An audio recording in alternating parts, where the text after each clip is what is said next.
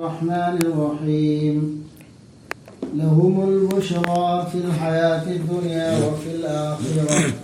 لا تبديل لكلمات الله ذلك هو الفوز العظيم ولا يحزنك قولهم إن العزة لله جميعا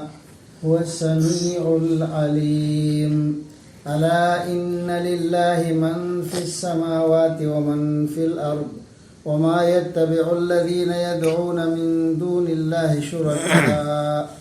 إن يتبعون إلا الظن وإن هم إلا يخرصون هو الذي جعل لكم الليل لتسكنوا فيه والنهار مبصرا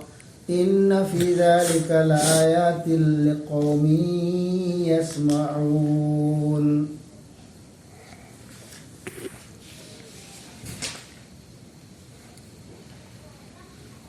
Así todo sura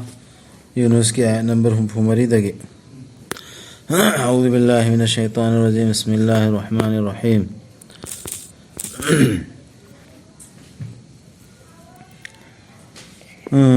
Hojik harau pau pibagi matang ngarang su hai khirdu rangi ayat su yengu ta sena ma Allah gi michang singidi akiba leiraro mukhoy da duga khoi waswara ro thajariba singdo amasung mabu kijaba singdo adu makhani se makhoi du gidi harau pauni taibangi punsi da su amasung akhirat ta su ahong balaite Allah gi wahi singda maduni achauba kanaba haibedu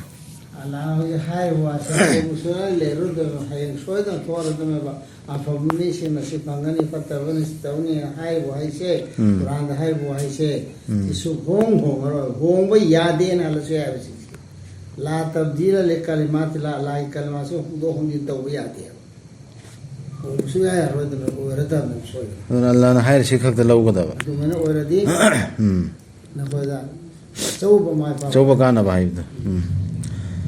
wahan ganu nasabu makhoi gi wangang watana da senamak jat haibasi Allah gini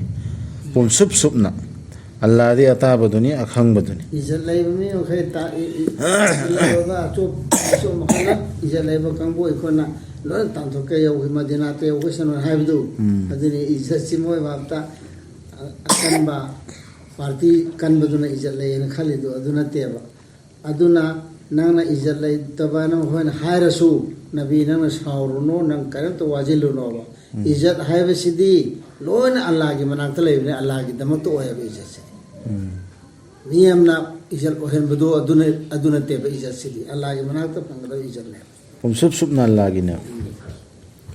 yengu ta senamak Allah gini asman singda lairiba khudimak amasung prithvi da lairiba khudimak tung in banatte makhoina makhoi gi lai singdu gi Allah bu thamlaga atoppa bu kaujariba singduna makhoina kari gi su tung in banatte bahapna sagachaba nattana wakhal gi mutung in makhoina kan bo khando adu da khalla oibo wafam do adu oirani en makhoina adu mutung in chatpane mo ise makhoina tawrido kari su natte bahapna sajin ya lagai re to wafam do adu ge chatpane adu ni darjana khoi marakta haina rep tawni mayam chi yani ek mi am da chang cho masjid am da chang cho bahapna sagat pa mayam hairakan si tawsi phatte sini adu ni adani ana panghai ta hainam mi du mako ngawbong ko adoga muslim ni ndi leiba do Quran ge ya nam bho khangdab mana ni sembi khibedo na khoi ge damak ahingbu maduda na khoina potha janaba aduga nungthilbu na khoina pot singbu uhanbinaba na khoida pot singbu uhanbinaba ta senamak leirabani maduda khudam sing pukning changna taba mi singidi pukning changna taba mi singidi ataba mi singidi adu da sulairabne tare mente tare sun khanta da di taba na teba pukning chang tare mi do di dina na tare pukning chang no I Paulo ba pukning chang na yengi ba sagi sida leiru me am se mi thobe thodo me am se masida khudam na pairabne ba ko am lei habe khudam so da hai wa ma ji lore chumani habe khudam or so lore phangane ba khan dum ni makhoina hai lau khre Allah na machani pa ama matik mangalni magi madi awat pa leita baduni मागिनी आसमान सिंह लेरिबा खुदिगमक अमसुंग पृथ्वीदा लेरिबा खुदिगमक अल्लाह की मसाने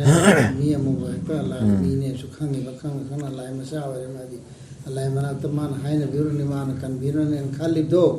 सफात की और अमो रो नतर ईसा अलैहिस्सलाम बो अल्लाह ने खाली सो सफात की नतर मन खाली दो अदुगदु करिमत लैते मधु अफमदुदी अल्लाह की मसा मई मा सुभान अल्लाह है के अर्थ दे सुभान हुआ सुभान अल्लाह है बिदने बा अंगक पनि ने सिम होइन हाय सिदे सिने मियो रि वाखल लोन दने वाला हाय अल्लाह की मसाली बा वल गनी मादी कमदर कालो ति मादी ना खोली हम गनी यदि तांगजते कनांत मादी अल्लाह दे लहू मा फी समावाति व मा फिल अर्द माना नि लोन सेम वास मांदले बे जमी दिले बा अदु ईसा अलैहिस्सलाम से मे मी मखै से माना सेम मी अमन बु माय मसा खर मैंने ओइ दोल बासिने लैते नखोई के अधिकार मधु हाइबगी हाइब्रा नखोइना लागे मतंगदा नखोइना खंगदबदु इसाई मखोइना हजर इसासी अल्लाह मचाने हाइदना अलमेना मुस्लिम सिंह दगे मरक तो सुमयामा अल्लाह गना नबे म्याम थम्मिदुनी वांग थागन थांगतन अदु पंहाई थाइब गंग भात न सागत पनि गेमता दुगी दलील लैते अल्लाह हाय जब मदमी मखोइ दिए हायो तसेनमक अल्लाह की मतंगदा ओइदबा साजिलिबा सिंधु कैदोनुंगसु मंगल ओइररोय मंगल ओइरदसु वांग पुमांग मांगदा बह कुरान दे दलील फोंग न खंगबसी अल्लाह न हाइदबा पोरम साजिलना भाई हाइरि मधु मांगदा मेदमी मखोय गिदी अतेनबा नुंगाइबा मखक्तनी ताइबंगसिदा अदुगी तुंगददी अइखोयदनी मखोयना हलकदबदु मतमदुदा अइखोयना तंगहनगनी मखोयदा साथीबा दंदी की महाव मखोयना थाजखिदबा अदुगी थी थौ मखोयदा नुगी पाउदु माना मागी मिसिंगदा हाइखिबदु ओइगी मिसिंग नखोयदा लुमना थोकलबदी अइना नखोयगी नरक्ता लैबसी अमसुंग अइना नखोयदा निंगसिंग हनबसी अल्लाह की आयात सिंग अदु ओइरबदी अइदी अल्लाह दा थाजबा थमजरे पुनसिल्लो नखोयगी थौरांगदु अदुगा कौरो नखोयगी लाइसिंगदुसु ओइहनगनु नखोयगी थौरांगदु नखोयदा मयक सेंगदबा अदुगा मधु पांगथोकलो अइगी मयोक्ता अदुगा अइबु मखा चोनथलगनु चैलेंज नि पुरा हाइदि अल्लाह की आयात सुम थी थबा सुम नखोयदा तहन बसे सि लुमना अवाबम थो अकाइबम ओइरेदना मोय हानगी मया खंथदबा मयावरे वतलु अलैहि मन थी थोरा हान बा हाइ दो आयतो वतलु तिलावत तो हाबना तिलावसी थी थो मखोय मन मखोय मनाता मखोय मथकता मखोय गोंदा सिनेबा नबा अनु नूल इस्लाम की वारी दु पादु करी करी तो हुगे माय कोमना करी करी हाइ की माओंदा नत्रगा मान करी करी हाबे तो मगन करी करी पापुम पीकी अदगी मखोय की कोम मांग खिबदो नहन खिबदो अल्लाह ना अजाब ता इसिंग चखलगा अदुगी वारी कर दु लीव हदे अदुगी मफम दु लीब दु तिलावत कव अदु कई तारा चिन्ह सुम सोम बसिदना तरे बयान अदु मफम दु खंगदम बयान दु खंगमने अदुरै सिगी सिदा तिलावत हाबे अर्थ यावना खंगना सोम दु तिलावत कवबा बोंग थी थब दि चोरोल कवबा माने अदुरै अमा सेरा रसूल द थी थवन हाइरेसी बयान तौबे नियम सुता इमेसी हाइ इस्लाम की मैसेज भी नियम ने ताइस सुमैना वारी पाउ दु खंगलो मखोयदा अदो भाबता हल्लो सुमैना हाइना खिबदो अतोपा हायो अतोपा सी हायो हाइबे दरकार नते सिक सी रसूल वतुल हाइदा कुरान से के आयत जर शब्द भी बना तिलावतोर में सोल जी खंगद अदो नते सिनते रसूल सुंदर खंगलो मोयदा थाइ थव अदुबु नखोयना नमाइ लै थोकलबदी आइदी मसिगी ममल तांदे नखोयदगी आई हायना नखोदा यादन दिना अरे आई नखोदा मसि आई हायर वा यावना नखोदा तावना नखोदा ताना बेदम ताइना पैसा पिरो सुन तैगो दुनिया की केलो काना बेने तेबा नखोय काना बेदम तने आई के मनादे अल्लाह दगी नत्तना कनादगी सुनत्ते आई बुद्धि हुकुम तौबीरे मुस्लिम सिंह के मनुंग द याउनबा मुस्लिम ओइनबा मुसलमान ओइनबा हुकुम तौर अल्लाह द नोलोन हायरे अदुरा इनो जरे अदुबु मखोयना याखिदे माबु अदुना अइखोयना कनबीखि माबु अमसुंग मागा लोइनबा सिंधु हिजाव अमदा तोंहंदुना ꯑꯃꯁꯨꯡ ꯃꯈꯣꯏꯕꯨ ꯑꯣꯏꯍꯟꯕꯤꯈꯤ ꯄ꯭ꯔꯤꯊ꯭ꯕꯤ ꯊꯛꯇ ꯃꯍꯨꯠ ꯁꯤꯜꯍꯧꯕꯁꯤꯡ ꯁꯤꯅꯦꯕ ꯂꯤꯊꯔꯕꯁꯤ ꯔꯁꯨꯜꯅ ꯑꯗꯨꯒ ꯑꯩꯈꯣꯏꯅ ꯏꯔꯥꯛꯅꯍꯟꯈꯤ ꯑꯩꯈꯣꯏꯒꯤ ꯑꯌꯥꯠꯁꯤꯡꯕꯨ ꯌꯥꯈꯤꯗꯕꯁꯤꯡꯕꯨ ꯑꯗꯨꯅ ꯌꯦꯡꯉꯨ ꯀꯔꯤ ꯄꯣꯂꯣꯏ ꯑꯣꯏꯈꯤꯕꯒꯦ ꯍꯥꯏꯕꯗꯨ ꯁꯦꯛꯁꯟ 1 ꯍꯥꯏꯈ꯭ꯔꯕꯁꯤꯡꯒꯤ ꯃꯊꯛꯇ ꯁꯨꯃꯥꯏꯅ ꯍꯥꯏꯔꯕꯅꯦꯕ ꯑꯌꯥꯠꯁꯤꯡꯁꯤ ꯑꯗꯨꯅꯦꯕ ꯇꯤꯂꯥꯎ ꯇꯧꯕ ꯑꯁꯤ ꯄꯥꯎ ꯌꯧꯍꯟꯈ꯭ꯔꯕ ꯃꯤꯁꯤꯡꯗꯨꯗ ꯀꯔꯤ ꯑꯖꯥꯕ ꯇꯥꯈꯤ ꯍꯥꯏꯕꯗꯨ ꯃꯈꯣꯏꯗ ꯈꯪꯍꯜꯂꯣ ꯑꯗꯨꯗꯒꯤ ꯑꯩꯈꯣꯏꯅ ꯊꯥꯈꯤ ꯃꯥꯒꯤ ꯇꯨꯡꯗ ꯔꯁꯨꯜꯁꯤꯡ ꯃꯈꯣꯏꯒꯤ ꯃꯤꯁꯤꯡꯗꯨꯗ ꯃꯈꯣꯏꯅ ꯔꯁꯨꯜꯁꯤꯡꯗꯨꯅ ꯁꯤꯡ ꯍꯥꯏꯗꯤ ꯅꯨ ꯑꯂꯩꯍꯤꯁꯁꯂꯥꯝꯒꯤ ꯃꯇꯨꯡꯗ ꯔꯁꯨꯜ ꯃꯌꯥꯝ ꯑꯃ ꯊꯥꯕꯗꯨ ꯃꯇꯝ ꯕꯅꯤ ꯑꯩꯈꯣꯏ ꯐꯥꯎꯗ ꯊꯥꯔꯛꯏꯗꯅ ꯑꯗꯨ ꯔꯁꯨꯜꯒꯤ ꯃꯃꯥꯡꯗꯣ ꯑꯗꯨ ꯊꯥꯈꯤꯕ ꯔꯁꯨꯜꯁꯤꯡꯗꯨꯒꯤ ꯔꯁꯨꯜꯁꯤꯡ ꯍꯥꯏꯁꯤ ꯃꯈꯣꯏꯅ ꯔꯁꯨꯜꯁꯤꯡꯗꯨꯅ ꯆꯠꯈꯤ ꯃꯈꯣꯏꯗ ꯍꯥꯏꯗꯤ ꯃꯤꯁꯤꯡꯗꯨꯗ ꯗꯂꯤꯜꯁꯤꯡꯒ ꯂꯣꯏꯅꯅ ꯔꯁꯨꯜꯁꯤꯡꯗꯨ ꯄꯨꯟꯅ ꯆꯠꯄꯟꯇꯦ ꯍꯧꯈ꯭ꯔꯕ ꯃꯇꯝꯗ ꯔꯁꯨꯜ ꯃꯥꯏ ꯃꯥꯏ ꯀꯣꯝꯗꯣ ꯃꯇꯝꯒꯤ ꯂꯥꯛꯈꯤꯕꯗꯣ ꯃꯥꯏ ꯃꯥꯏ ꯀꯣꯝꯁꯤꯡꯒꯤ ꯃꯅꯥꯛꯇ ꯆꯠꯂꯦꯕ ꯗꯂꯤꯜꯁꯤꯡꯒ ꯂꯣꯏꯅꯅ ꯑꯗꯨꯕꯨ ꯃꯈꯣꯏꯅ ꯊꯥꯖꯒꯗꯕ ꯅꯠꯇꯦ ꯃꯈꯣꯏꯅ ꯍꯥꯟꯅꯁꯨ ꯌꯥꯈꯤꯗꯕ ꯑꯗꯨꯗ ꯑꯁꯨꯝꯅ ꯑꯩꯈꯣꯏꯅ ꯍꯧꯖꯤꯛ ꯃꯈꯣꯏꯁꯨ ꯊꯥꯖꯔꯣꯏ ꯍꯥꯟꯅꯁꯨ ꯃꯈꯣꯏꯁꯨ ꯊꯥꯖꯔꯝꯗꯦꯕ ꯑꯇꯩꯗꯨꯁꯨ ꯍꯧꯖꯤꯛ ꯂꯩꯔꯤꯕ ꯃꯤꯁꯨ ꯊꯥꯖꯒꯗꯕ ꯃꯥꯟꯗꯦ ꯑꯁꯨꯝꯅ ꯑꯩꯈꯣꯏꯅ ꯆꯥꯖꯨꯝ ꯅꯝꯁꯤꯜꯂꯤ ꯊꯃꯣꯏꯁꯤꯡꯗ ꯉꯝꯈꯩ ꯂꯥꯟꯊꯣꯛꯄꯁꯤꯡꯒꯤ ꯃꯈꯣꯏꯁꯨ ꯊꯥꯖꯔꯣꯏ ꯍꯥꯟꯅ ꯊꯥꯖꯈꯤꯗꯦꯅ ꯍꯥꯏꯁꯦ ꯁꯤ ꯃꯔꯝꯅꯦꯕ ꯄꯤꯔꯤꯁꯤ ꯐꯃꯥ ꯀꯥꯅꯨ ꯂꯤꯌꯨꯃꯤꯅꯨ ꯑꯗꯨꯅ ꯃꯈꯣꯏꯁꯤ ꯐꯥꯁꯤ ꯗꯦꯟ ꯑꯗꯨꯒꯤ ꯃꯇꯨꯡꯗ ꯍꯥꯏꯕꯅꯤꯗꯅ ꯑꯗꯨꯅꯗꯤ ꯃꯥ ꯀꯥꯅꯨ ꯂꯤꯌꯨꯃꯤꯅꯨ ꯃꯈꯣꯏꯁꯤꯁꯨ ꯊꯥꯖꯕ ꯑꯁꯤ ꯁꯨꯡꯂꯩ ꯂꯩꯔꯔꯣꯏ ꯀꯔꯤ ꯃꯔꯝꯗꯒꯤꯅꯣ ꯍꯥꯏꯕꯗ ꯀꯖꯕꯨ ꯕꯤꯍꯤ ꯃꯤꯟ ꯀꯕꯨꯂꯨ ꯃꯈꯣꯏꯅ ꯍꯥꯟꯅꯒꯤ ꯃꯤꯁꯤꯡꯗꯨꯅ ꯏꯟꯀꯥꯔ ꯇꯧꯗꯅ ꯁꯨꯝ ꯊꯥꯖꯗꯗꯅ ꯆꯨꯝꯗꯦ ꯂꯥꯜꯂꯤ ꯅꯕꯤ ꯅꯠꯇꯦ ꯅꯪ ꯁꯤ ꯅꯕꯤꯅꯦ ꯍꯥꯏꯁꯤꯜꯂꯤꯅꯦ ꯑꯗꯨꯅꯦ ꯑꯗꯥ ꯑꯃ ꯍꯥꯏꯈꯤꯕꯗꯣ ꯑꯗꯨꯃꯥꯏꯅ ꯃꯈꯣꯏꯁꯨ ꯍꯥꯏꯔꯅꯦꯕ ꯑꯗꯨ ꯃꯈꯣꯏꯅ ꯍꯥꯏꯈꯤꯕꯗꯨꯒꯤ ꯇꯨꯡ ꯏꯜꯂꯒ ꯑꯗꯨꯅ ꯌꯥꯔꯣꯏꯕ ꯃꯈꯣꯏ ꯀꯖꯥꯂꯤꯀ ꯅꯠꯕꯑꯣ ꯑꯗꯨꯒꯤ ꯃꯈꯥꯗ ꯍꯥꯏꯔꯤꯁꯤ ꯀꯖꯥꯂꯤꯀ ꯅꯠꯕꯑꯣ ꯑꯂꯥ ꯀꯨꯂꯨꯕꯤꯜ ꯃꯨꯑꯇꯗꯤꯟ ꯁꯨꯃꯥꯏꯅ ꯑꯩꯅ ꯆꯥꯖꯨꯝ ꯅꯝꯕꯅꯦ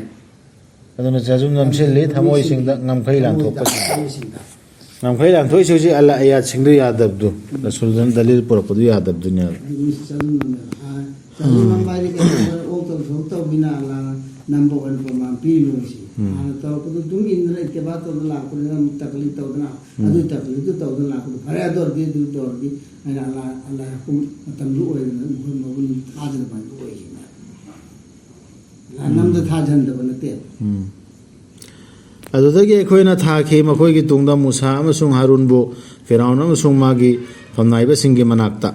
ꯑꯩꯈꯣꯏꯒꯤ ꯈꯨꯗꯝꯁꯤꯡꯒ ꯂꯣꯏꯅꯅ ꯑꯗꯨꯕꯨ ꯃꯈꯣꯏꯅ ꯄꯣꯡꯊꯣꯛ ꯆꯥꯎꯊꯣꯛꯈꯤ ꯑꯗꯨꯒ ꯃꯈꯣꯏ ꯑꯣꯏꯔꯛꯈꯤ ꯃꯔꯥꯜ ꯂꯩꯔꯕ ꯃꯤꯁꯤꯡ ꯃꯨꯁꯥꯒꯤꯁꯨꯅꯦ ꯍꯥꯏꯔꯛꯏꯁꯤ ꯃꯊꯪꯗ ꯂꯥꯛꯂꯀꯥꯟꯗ ꯃꯈꯣꯏꯗ ꯑꯆꯨꯝꯕꯗꯨ ꯑꯩꯈꯣꯏꯒꯤ ꯃꯥꯏꯀꯩꯗꯒꯤ ꯍꯥꯏꯗꯤ ꯑꯜꯂꯥꯍꯒꯤ ꯃꯥꯏꯀꯩꯗꯒꯤ ꯃꯈꯣꯏꯅ ꯍꯥꯏꯈꯤ ꯇꯁꯦꯡꯅꯃꯛ ꯃꯁꯤꯗꯤ ꯃꯌꯦꯛ ꯁꯦꯡꯂꯕ ಮಿತ್ರꯪꯅꯤ ꯈꯨꯗꯝꯗꯣ ꯏꯁꯂꯥꯝꯗꯁꯨ ꯆꯨꯝꯃꯕ ꯑꯗꯨ ꯃꯥ ꯈꯨꯗꯝ ꯃꯌꯥꯝꯗꯣ ꯃꯣꯖꯤꯖꯥ ꯃꯌꯥꯝꯗꯣ ꯑꯗꯨꯁꯨ ꯑꯁꯦꯡꯕ ꯅꯕꯤ ꯅꯠꯇꯅ ꯀꯅꯥꯝ ꯉꯝꯃꯔꯣꯏꯗꯕ ꯑꯜꯂꯥꯍ ꯑꯣꯏꯍꯜꯂꯤꯕ ꯃꯣꯖꯤꯖꯥ ꯑꯣꯏꯔꯤꯕ ꯑꯗꯨ ꯂꯥꯛꯄ ꯀꯥꯟꯗꯁꯨ ꯍꯥꯏꯌꯦꯕ ꯁꯤꯗꯤ ꯃꯤꯇ꯭ꯔꯪꯅꯤ ꯍꯥꯏꯈꯤ ꯃꯨꯁꯥꯅ ꯅꯈꯣꯏꯅ ꯑꯁꯨꯝꯅ ꯍꯥꯏꯕ꯭ꯔꯥ ꯑꯆꯨꯝꯕꯕꯨ ꯃꯗꯨꯅ ꯅꯈꯣꯏꯗ ꯌꯧꯔꯛꯂꯕꯗ ꯑꯆꯨꯝꯕꯗꯕꯨ ꯃꯤꯇ꯭ꯔꯪꯂꯥ ꯃꯁꯤꯕꯨ ꯍꯥꯏꯔꯤꯗꯨꯕꯨ ꯆꯞ ꯆꯥꯅ ꯑꯩꯈꯣꯏ ꯅꯥꯛꯇ ꯂꯥꯛꯑꯕ ꯀꯥꯟꯗ ꯍꯥꯏꯔꯤꯕ꯭ꯔꯥ ꯍꯥꯏꯅ ꯀꯅꯥꯅ ꯍꯥꯏ ꯃꯨꯁꯥꯅ ꯍꯪꯉꯤꯅꯤ ꯃꯨꯁꯥꯅ ꯍꯪꯉꯦꯕ ꯀꯩꯗꯧꯅꯨꯡꯗꯁꯨ ꯃꯪꯒꯜ ꯑꯣꯏꯗꯕꯅꯤ ꯃꯤꯇ꯭ꯔꯪ ꯇꯧꯕꯁꯤꯡꯗꯤ ꯃꯤꯇ꯭ꯔꯪ ꯇꯧꯕꯁꯤ ꯀꯩꯅꯣ ꯃꯪꯒꯜ ꯑꯣꯏꯕ ꯍꯧꯔꯛꯇꯦꯕ ꯑꯩꯗꯤ ꯃꯤꯇ꯭ꯔꯪ ꯅꯠꯇꯦꯕ ꯃꯪꯒꯜ ꯑꯣꯏꯔꯤꯑꯕ ꯑꯩꯅ ꯇꯧꯔꯤꯕ ꯊꯕꯛꯁꯤ ꯄ꯭ꯂꯥꯟꯁꯤ ꯃꯥꯏ ꯄꯥꯛꯀꯗꯧꯔꯤꯕ ꯑꯗꯨ ꯃꯤꯇ꯭ꯔꯪ ꯇꯧꯕꯁꯤꯅ ꯏꯅꯥꯛ ꯈꯨꯟꯕ ꯎꯔꯕ꯭ꯔꯥ ꯍꯥꯏꯕ ꯎꯗ꯭ꯔꯤꯑꯕ ꯃꯈꯣꯏꯅ ꯍꯥꯏꯈꯤ ꯅꯪ ꯑꯩꯈꯣꯏꯗ ꯂꯥꯛꯂꯤꯕ꯭ꯔꯥ ꯑꯩꯈꯣꯏꯕꯨ ꯃꯥꯏ ꯂꯩꯊꯣꯛꯍꯟꯅꯕ ꯑꯩꯈꯣꯏꯒꯤ ꯏꯄꯥꯁꯤꯡꯅ ꯆꯠꯂꯝꯕ ꯑꯩꯈꯣꯏꯅ ꯊꯦꯡꯅꯈꯤꯕ ꯙꯔꯃ ꯑꯗꯨꯗꯒꯤ ꯁꯥꯊꯤꯗ꯭ꯔꯁꯦ ꯑꯃꯨꯛ ꯐꯤꯔꯥꯎꯟꯒꯤ ꯃꯤꯁꯤꯡꯗꯨꯅ ꯍꯥꯏꯔꯛꯏ ꯑꯗꯨꯒ ꯅꯈꯣꯏ ꯑꯅꯤꯅ ꯂꯝꯁꯤꯗ ꯑꯐꯥꯎ ꯑꯔꯤꯡ ꯁꯥꯒꯦ ꯍꯥꯏꯔꯤꯕ꯭ꯔꯥ ꯑꯩꯈꯣꯏ ꯅꯈꯣꯏꯅꯤꯗ ꯁꯨꯡꯊꯥ ꯊꯥꯖꯔꯣꯏ ꯍꯧꯖꯤꯛ ꯍꯥꯏꯔꯤꯕꯗꯨꯇꯅꯤ ꯍꯥꯏꯅꯔꯤꯁꯤ ꯑꯗꯨꯒ ꯐꯤꯔꯥꯎꯟꯅ ꯍꯥꯏꯈꯤ ꯄꯨꯔꯛꯂꯣ ꯑꯩꯉꯣꯟꯗ ꯈꯪ ꯍꯩꯔꯕ ꯃꯤꯇ꯭ꯔꯪ ꯇꯧꯕ ꯈꯨꯗꯤꯡꯃꯛ ꯃꯤꯇ꯭ꯔꯪ ꯇꯧꯕꯁꯤꯡꯗꯨ ꯂꯥꯛꯂꯕꯗ ꯃꯨꯁꯥꯅ ꯃꯈꯣꯏꯗ ꯍꯥꯏꯈꯤ ꯂꯪꯊꯔꯣ ꯅꯈꯣꯏꯅ ꯂꯪꯊꯒꯗꯕꯁꯤꯡꯗꯨ ꯆꯍꯤ ꯑꯃ ꯂꯪꯊꯔꯒ ꯇꯧꯔꯕ ꯑꯣꯏꯕ ꯃꯈꯣꯏ ꯃꯇꯝꯗꯨꯒꯤ ꯆꯠꯅꯔꯝꯕ ꯑꯗꯨ ꯃꯤꯇ꯭ꯔꯪ ꯇꯧꯔꯣ ꯁꯤꯅꯤ ꯃꯈꯣꯏꯅ ꯂꯪꯊꯔꯕ ꯃꯇꯨꯡꯗ ꯃꯨꯁꯥꯅ ꯍꯥꯏꯈꯤ ꯅꯈꯣꯏꯅ ꯄꯨꯔꯛꯂꯤꯕꯁꯤꯗꯤ ꯃꯤꯇ꯭ꯔꯪꯅꯤ